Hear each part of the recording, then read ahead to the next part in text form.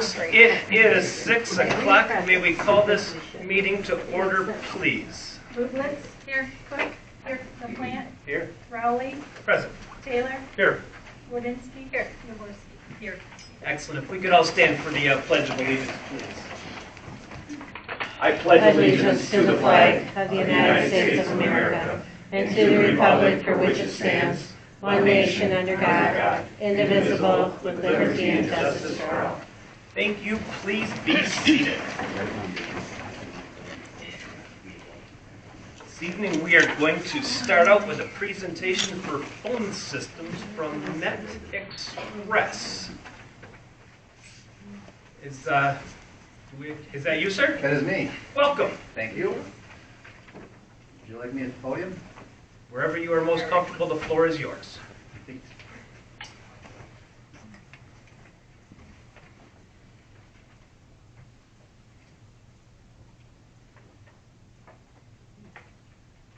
First of all, thank you for affording me this time. My name is Jeff Mello, and it's M-E-L-L-O-H, and I'm with Net Express Telecom. We are a Michigan-based hosted voice-over IP provider based in Clarkston, Michigan. I reside in Roscommon County in Holden Lake, and we've been in this business, in the telecommunications business, for a long time, about 28 years. We own our own platform, which we believe is important to us, being able to service municipalities like yourselves and all of our clients, actually. And I was brought in here by your current phone vendor, who has I think maybe a little bit reluctantly decided to slow things down since he's turned 72 now. Dick Horning from RTH Communications is, I don't know if I'm supposed to be the one announcing this, but I think he's officially retired. And we had worked with Dick for several years and shared several mutual clients. And we were able to put a program together that worked for everybody. And so we are happy to take over after Dick's 50 years in the business, to take over where he left off, and hopefully be able to continue the service with the level of professionalism that he's done for as long as we've known him. One of the first calls that I received from Dick was in reference to Cary and the township here, and there may be some issues that needed some attention. And so I stopped in, and we had a chance to talk a little bit and walk the building and look and make some observations about what you have and kind of the history of how you got here, and not so much specifically with your current PBX system, but more related to the internet fiber that's in here and the phone service, which currently at this time are two separate providers. You've got one provider providing internet and a different secondary provider providing the phone service. In the going forward scenario, and in most of the what we call hosted VoIP type solutions, we would be the hardware provider, and we would also be the dial tone or the service provider. And so that's just really kind of at a high level why I'm here and how I got here. And I'm happy to answer any questions or concerns that you may have. I just want to give the board kind of a history. When I started here, we were with AT&T landlines, everything. AT&T's landlines, they were skyrocketing the price, so we had decided to switch to Charter, and we switched to Charter VoIP lines, and we were on that, but every time we lost power, we lost phones, which wasn't a great option for the fire departments. So we were on Charter, I believe, for about 2 years. We switched back to AT&T. We were on landlines for a few years. I have talked about my struggles with AT&T before. They cannot get their billing right, and it will take months to get it. There was one that I had been fighting since last May for about $2,000 in overcharges that I just finally got resolved in January, where they refunded us. Well, credited us because I never paid that on because they had overcharged us. So, but that's how long it took, since May to January, to fight the $2,000.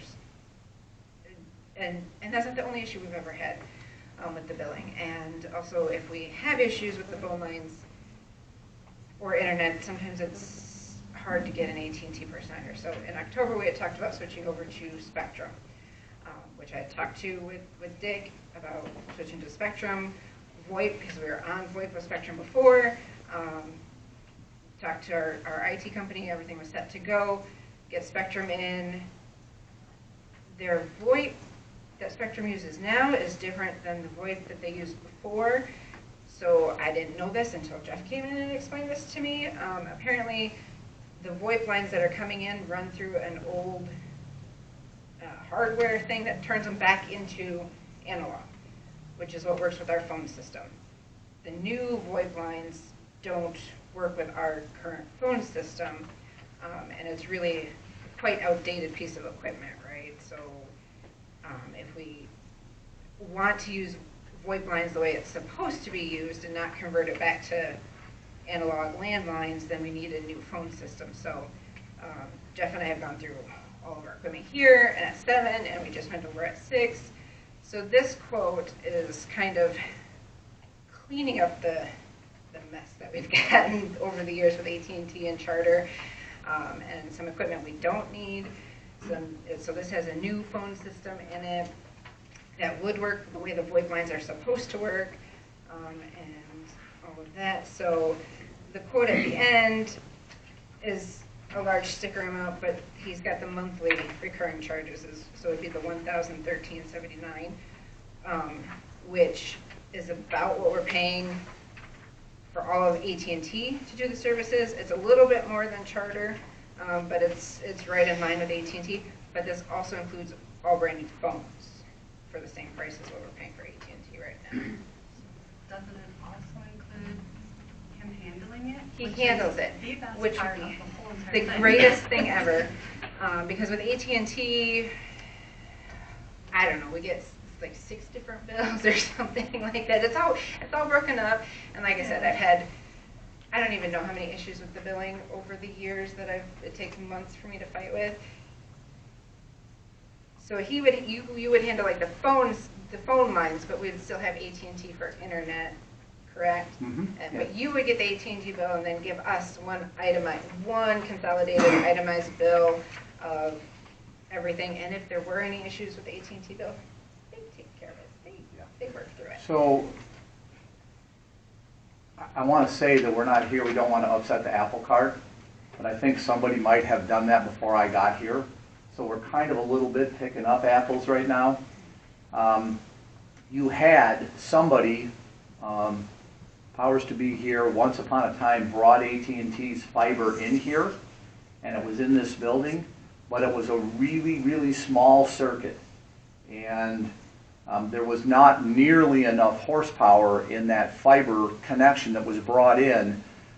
And I don't want to get too far into the weeds here and get too technical, but the type of fiber service that you had in here is what's called AT&T's ADI service, or it's their dedicated internet. And it's expensive. Everything today is relative, so it's $500 or $600 a month to compete with the cable companies.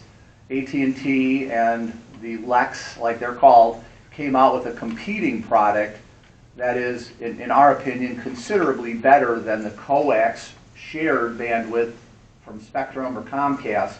Not to say that that's not a good product for residential and or entry-level businesses, but when you get to something this size that's kind of mission critical, you need something a little more reliable. So what AT&T did a couple of years ago was for businesses that had already paid the upfront construction dollars to bring their dedicated fiber into the building, they started offering a product that's called ABF, or AT&T's ABF, and it just simply stands for AT&T Broadband Fiber. So it's kind of shared fiber.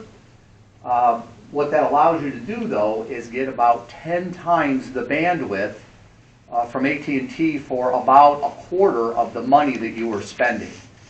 And maybe, you know, a lot of the organizations that may come talk to you about selling you service want to upgrade your ADI service, and you'll be at $1,000 before long. The ABF service that you will have in here is under $200, and it's 300 meg up, 300 meg down symmetrical service. So you'll have more, and if you needed to upgrade, that'll go up to a gig up, gig down, for just a couple bucks more. And you can make that change at any point in time. By contrast, you were working this building off of a 10 meg by 10 meg connection up until Spectrum came in and brought in their coax service. So some of the problems that, and I don't know how many of you sit in here on a daily basis and have computers, but if you were observing things that appeared to be funky with your computer, where it would go and it wouldn't go, and you'd see the hamster on the wheel, that was a result of not having the proper bandwidth that you needed.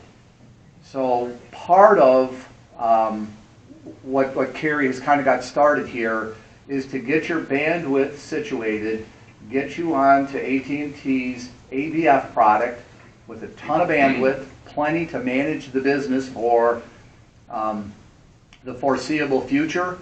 If you don't currently broadcast these meetings out across the web, if at some point you set up a Zoom or a Teams setup and you needed a considerable additional amount of bandwidth, it would be available with a phone call in about 10 days with AT&T for a small amount of money. So the internet's not something that you're really locked into. It gives you some flexibility for growth.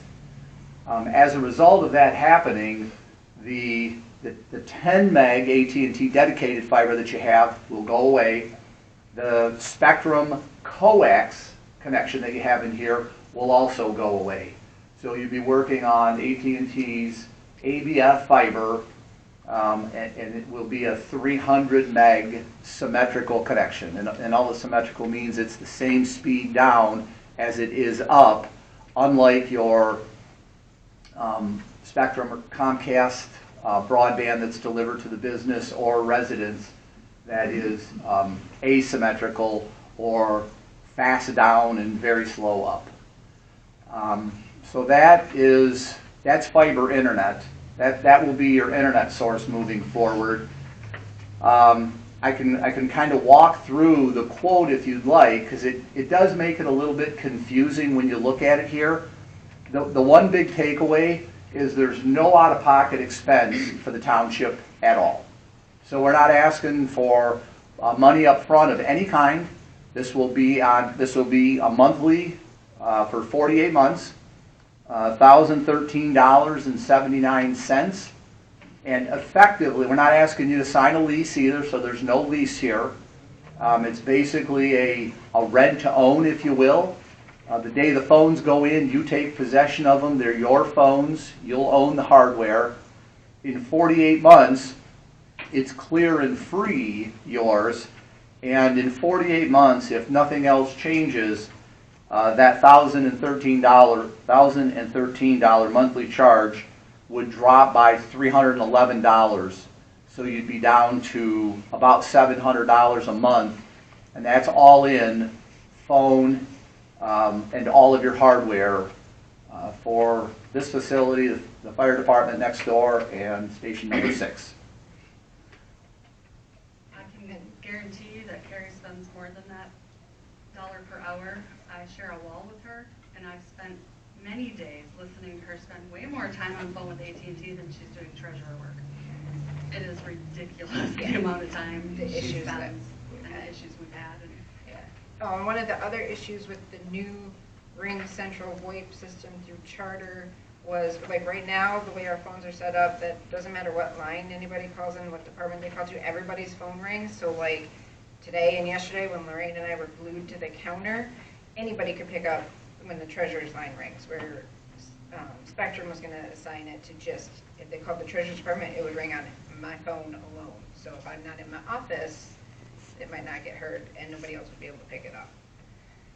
So that was another issue. I just have a couple questions for you. Thanks for coming in, Jeff. So you're talking about the lines coming in. How about the lines in the building? If they have, you know, Cat 5, if they need Cat 6 or 7, do you support the actual lines in the building as well?